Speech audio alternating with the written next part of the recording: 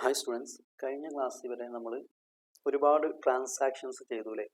അപ്പോൾ പർച്ചേസും സെയിലും purchase റിട്ടേണും sales റിട്ടേണും അല്ലാത്തതൊക്കെ ചെയ്യണമെന്ന് പറഞ്ഞിരുന്നു. അത് പെൻഡിങ്ങിൽ വെക്കാനാണ് പറഞ്ഞിരുന്നത്. പർച്ചേസിൽ കുറച്ച് കാര്യങ്ങൾ കൂടെ ശ്രദ്ധിക്കാനുണ്ട്. നമ്മുടെ ഷോപ്പിലെ മെയിൻ ആക്ടിവിറ്റി എന്താണോ, ഇപ്പോൾ ഒരു ഉദാഹരണത്തിന് മൊബൈൽ ഷോപ്പാണെന്നുണ്ടെങ്കിൽ മൊബൈൽ വാങ്ങുക, അതുപോലെ തന്നെ മൊബൈലിൻ്റെ കവർ, പൗച്ച്, അങ്ങനെ കസ്റ്റമേഴ്സിന് കൊടുക്കാൻ വേണ്ടി വിൽക്കാൻ വേണ്ടി വാങ്ങുന്ന സാധനത്തിനാണ് നമ്മൾ പർച്ചേസ് എന്ന് പറയുന്നത് അല്ലേ. അപ്പോൾ പല വ്യത്യസ്ത സാധനങ്ങൾ നമ്മൾ പർച്ചേസ് ചെയ്യുന്നുണ്ടാവും.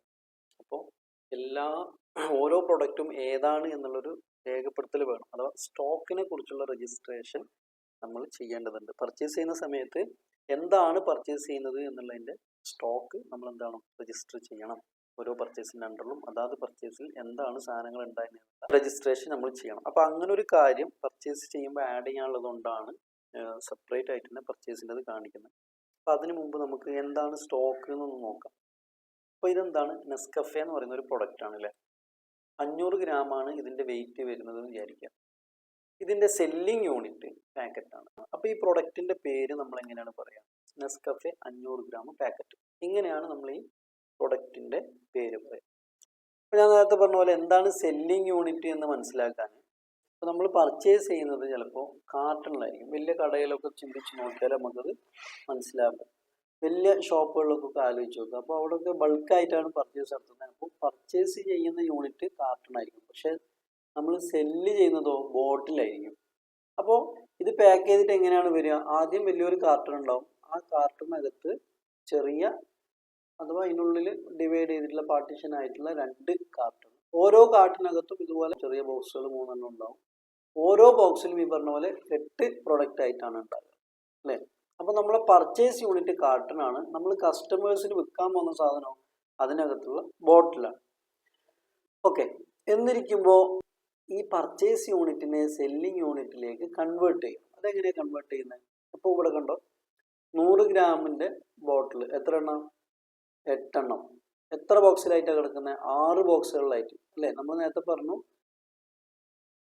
ആ അകത്തുള്ള ചെറിയ 2 ബോക്സിലെ ഓരോ ബോക്സിലും 3 ബോക്സുകൾ വീതം വന്നു. അപ്പോൾ 6 ബോക്സ്. ഈ 6 ബോക്സ് എവിടെയാണ് കിടക്കുന്നത്? വേറെ 2 ബോക്സുകളിലായിട്ട് അല്ലേ. അപ്പോൾ മൊത്തത്തിൽ ഇതിൽ എത്ര ക്വാണ്ടിറ്റി ഉണ്ട്, എത്ര സെല്ലിംഗ് യൂണിറ്റ് ആകുന്ന ബോട്ടിൽ ഉണ്ടെന്ന് മനസ്സിലാവാൻ നമ്മൾ നേരെ തിരിച്ച് മൾട്ടിപ്ലൈ ചെയ്താൽ മതിയാവും, തിരിച്ച് ഗുണിച്ചാൽ മതി. അപ്പോൾ 8 × 6, 8 × 6 48, 48 × 2 96. അപ്പോൾ നമുക്ക് ഒന്നിൽ 96 100 ഗ്രാമിൻ്റെ ബോട്ടിൽസ് ഉണ്ടെന്ന് ഫൈൻഡ് ചെയ്യാം.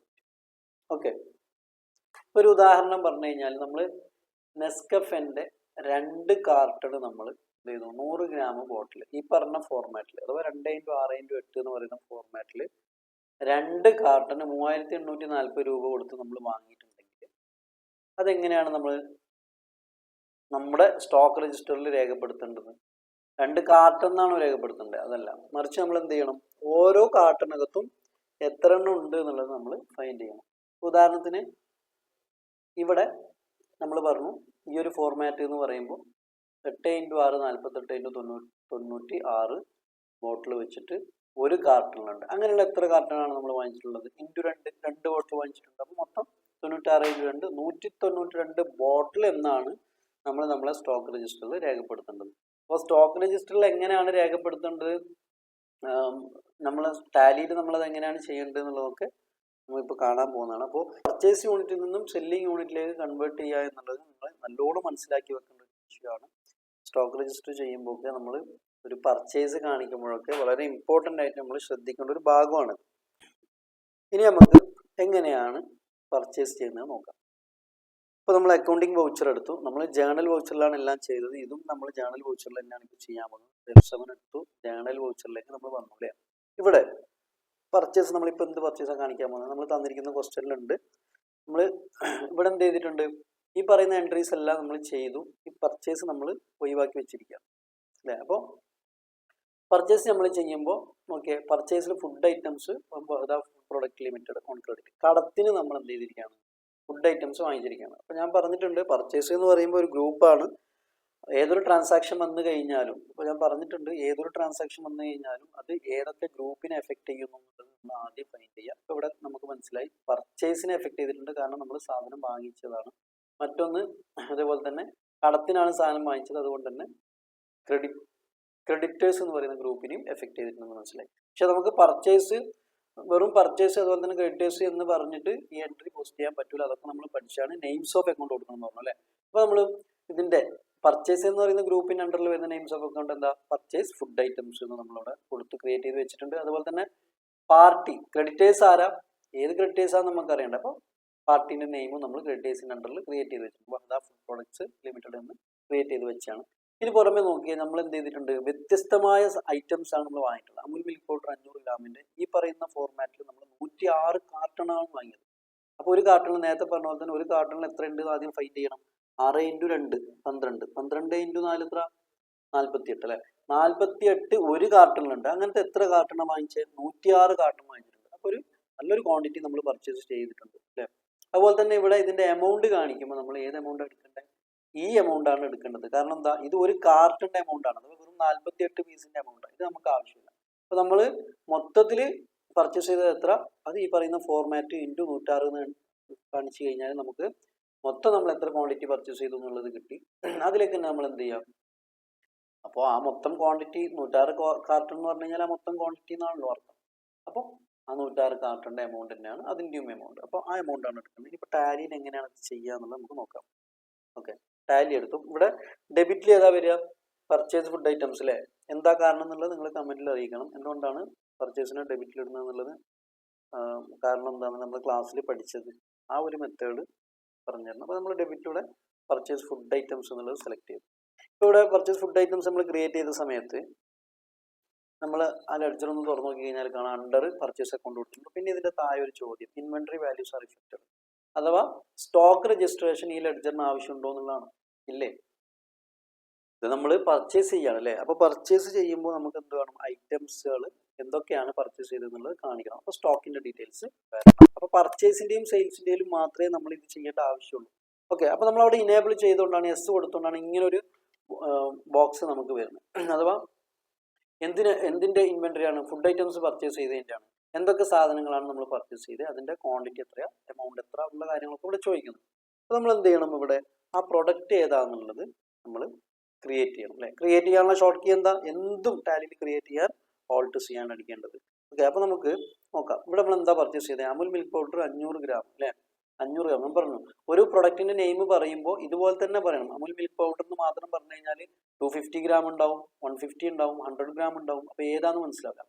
ഒരു അക്കൗണ്ടന്റ് എന്നുള്ള നിലക്ക് അവനൊരു പ്രൊഡക്റ്റിന്റെ നെയിം പറയുമ്പോൾ ആ പ്രൊഡക്റ്റിന്റെ ബ്രാൻഡ്, അതുപോലെ തന്നെ അത് എത്രയാണ് അതിന്റെ ക്വാണ്ടിറ്റി ഉള്ളത്, അതിന്റെ പാക്കിംഗ് എന്താണ് എന്നുള്ളത് അടക്കം വേണം അവന് കാണിക്കാൻ.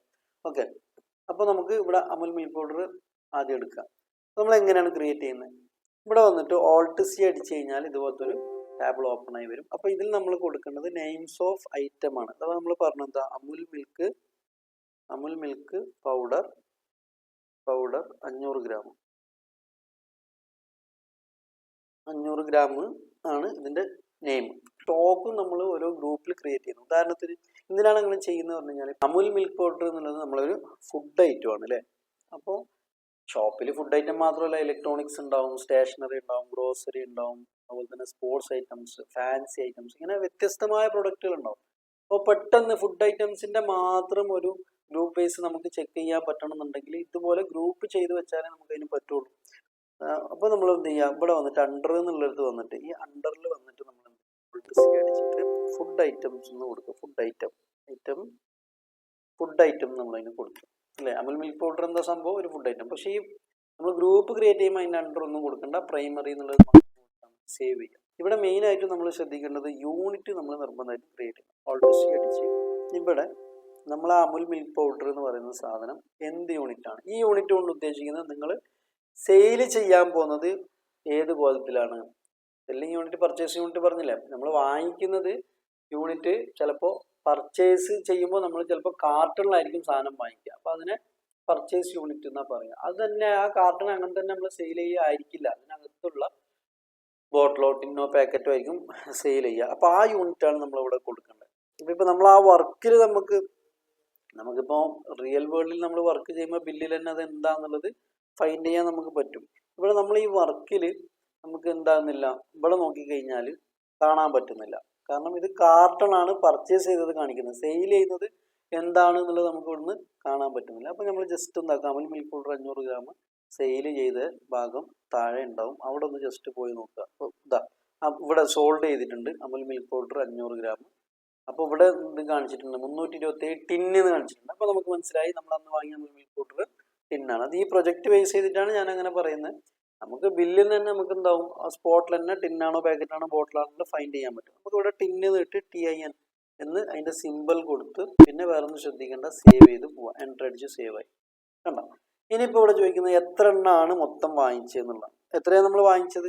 106 കാർട്ടണാണ് നമ്മൾ വാങ്ങിച്ചത്. അപ്പോൾ സ്റ്റോക്കിൽ 106 കാർട്ടൺ എഴുതിയാൽ മതിയാവോ? കാരണം നമ്മൾ വിൽക്കുന്നത് കാർട്ടണിലല്ലല്ലോ. 10 ബോട്ടിലാണ് വിറ്റെങ്കിൽ നമ്മളിവിടെ ബോട്ടിൽ നിന്ന് കാണിക്കാണ്ട് വെറും കാർട്ടണിൽ നിന്ന് കാണിച്ചു കഴിഞ്ഞാൽ 10 കാർട്ടൺ നമ്മളിൽ നിന്ന് വിറ്റ് പോയി എന്നാവും. 10 കാർട്ടണിൽ 480 പ്രൊഡക്റ്റ് ഉണ്ട് അല്ലേ? അപ്പോൾ അങ്ങനെയല്ല, സെല്ലിംഗ് യൂണിറ്റിലേക്ക് നമ്മൾ അതിനെന്താക്കണം, കൺവേർട്ട് ചെയ്യണം. അപ്പോൾ ഈ 106 കാർട്ടണിൽ എത്ര ബോട്ടിൽ ഉണ്ട് എന്ന് നമ്മൾ ഫൈൻഡ് ചെയ്യണം. ഇനിയിപ്പോൾ ഇത് കണ്ടില്ലേ, 106 ഇൻറ്റു നമ്മൾ അതിനിപ്പോൾ നമ്മൾ എന്ത് ചെയ്താൽ മതി, ഒരു കാർട്ടണിൽ എത്ര ഉണ്ട് നോക്കുക. 6 ഇൻറ്റു 2 ഇൻറ്റു 4 48. അങ്ങനെ 48 എണ്ണമുള്ള 106 കാർട്ടണാണ് വാങ്ങിച്ചത്. അപ്പോൾ നമ്മൾ നേരെ ഇപ്പുറം വന്നു. ഇവിടുന്ന് നമ്മൾ കൺട്രോൾ N അടിച്ചു കഴിഞ്ഞാൽ താഴെ കാൽക്കുലേറ്റർ വരും. ഒന്നുകൂടി ശ്രദ്ധിച്ചേ, ഇവിടെ കാൽക്കുലേറ്റർ ഇപ്പോൾ ഡിസേബിൾ ആയി കിടക്കുകയാണ്. നമ്മൾ കൺട്രോൾ N അടിച്ചു കഴിഞ്ഞാൽ അത് ഇനേബിൾ ആയി. ഇനി ഇവിടെ നമുക്ക് എന്ത് ചെയ്യാം, ടൈപ്പ് ചെയ്ത് കൊടുക്കാം. എത്രയാണോ നമ്മൾ ആ ബില്ല്, നമ്മളെ ആ ക്വാണ്ടിറ്റി എത്രയാണോ ഉള്ളത് അത് അടിച്ചു കൊടുക്കാം. 6 ഇൻറ്റു 2 ഇൻറ്റു 4 6 ഇൻറ്റു 2 ഇൻറ്റു 4. അപ്പോൾ നമുക്ക് 106 ഇൻറ്റു 6 ഇൻറ്റു 2 ഇൻറ്റു 4 ഇങ്ങനെ നമ്മൾ അടിച്ചു കൊടുത്തു കഴിഞ്ഞാൽ ടോട്ടൽ എത്ര ക്വാണ്ടിറ്റി ആണുള്ളത് നമുക്ക് ഈസി ആയിട്ട് കിട്ടി. എത്ര ടിന്നാണ് നമ്മൾ പർച്ചേസ് ചെയ്തിട്ടുള്ളത്. എസ്കേപ്പ് ബട്ടൺ അടിച്ചു കഴിഞ്ഞാൽ റിട്ടേൺ നമ്മൾ ഈ കോളത്തിലേക്ക് തന്നെ അവിടെ എന്താക്കുക, ആ ക്വാണ്ടിറ്റി കൊടുക്കുക, 5088 എന്ന് കൊടുക്കുക. ഓക്കെ. പിന്നെ നമ്മളിവിടെ റേറ്റ് ചോദിക്കുകയാണ്. ഇപ്പോൾ റേറ്റ് കൊടുക്കുകയാണെങ്കിൽ നമ്മൾ നേരെ എമൗണ്ടിലേക്ക് പോയിട്ട് ഓൾട്ട് ടാബ് അടിച്ചിട്ട് അവിടെ എത്രയാണ് 106 കാർട്ടൺ മൊത്തത്തിൽ 5088 ടിന്ന് പറഞ്ഞാൽ അതിൻ്റെ അർത്ഥം 106 കാർട്ടൺ എന്നല്ലേ. അപ്പോൾ 106 കാർട്ടൺ പർച്ചേസ് ചെയ്യാൻ നമ്മൾ എത്ര രൂപ കൊടുത്ത്, 15,46,294.08.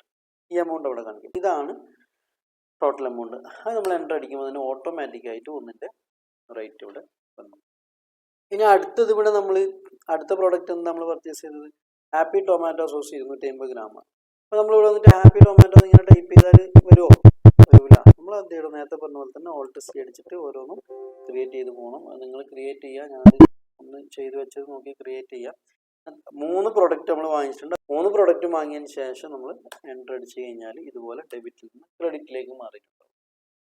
ഓക്കെ. ഞാനിപ്പോൾ ജസ്റ്റ് ഒരു ഉദാഹരണത്തിന് ആ ഒരു പ്രൊഡക്റ്റ് മാത്രമാണ് കാണിച്ചത്. ഇവിടെ ക്രെഡിറ്റിൽ നമ്മൾ എന്ത് ചെയ്യണം, പാർട്ടിൻ്റെ നെയിം ക്രിയേറ്റ് ചെയ്യണം. എല്ലാത്തതുകൊണ്ട് ഞാനിപ്പോൾ തന്നെ ഓൾട്ട് C ക്രിയേറ്റ് ചെയ്യണം. വഹദ ഫുഡ് പ്രോഡക്റ്റ് എന്നാണ് നമ്മൾ അപ്പോൾ ക്രെഡിറ്റേഴ്സിൻ്റെ പേര്. അത് കൊടുത്ത് അണ്ടർ സെൻട്രി ക്രെഡിറ്റേഴ്സ് എന്ന് കൊടുത്തു. ഇവിടെ തൽക്കാലം ഈ പാർട്ടി നെയിം നിങ്ങൾ ഓൾറെഡി ക്രിയേറ്റ് ചെയ്ത് വെച്ചിട്ടുണ്ട്. ഇങ്ങനെ ഒരു ഓപ്ഷൻ വരിക എന്നുണ്ടെങ്കിൽ നോ കൊടുത്താൽ മതി. എന്നിട്ടത് സേവ് ചെയ്യാം. ഓക്കെ, സേവ് ചെയ്തപ്പോൾ നിങ്ങളോട് ഞാനൊരു കാര്യം കാണിച്ചു തരാം. നമ്മളിപ്പോൾ സ്റ്റോക്കിൽ പോയി നോക്കുകയാണെന്നുണ്ടെങ്കിൽ, സ്റ്റോക്കിൽ പോകാൻ ഷോർട്ട് കീ S ആണ്. റെഡ് കളറിലുള്ള ഷോർട്ട് കീ എന്ന് പറഞ്ഞിട്ടുണ്ട്.